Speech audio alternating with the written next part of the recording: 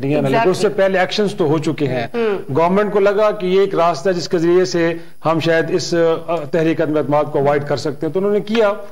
अब मामला ये है कि बड़ी इंटरेस्टिंग सिचुएशन है फात, मुझे याद आ रहा है स्विस अकाउंट्स केस।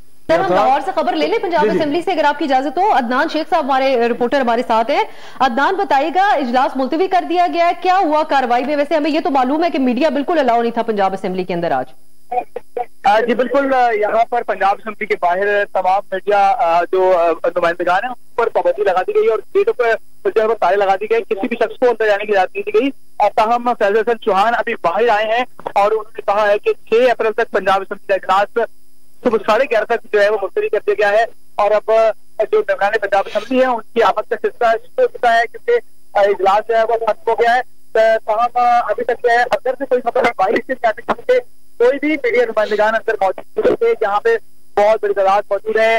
अरकान पंजाब असेंबली के निकलना शुरू हो गए यहाँ पर और काफी रश यहाँ पे है। और अभी इंतजार किया जा रहा है कि अभी कुछ देर के बाद सीएम पंजाब जो है वो भी अभी बाहर आएंगे और उनसे कोशिश करेंगे उनसे बात की जाए कि एजेंडा क्या था और अंदर क्या मामला।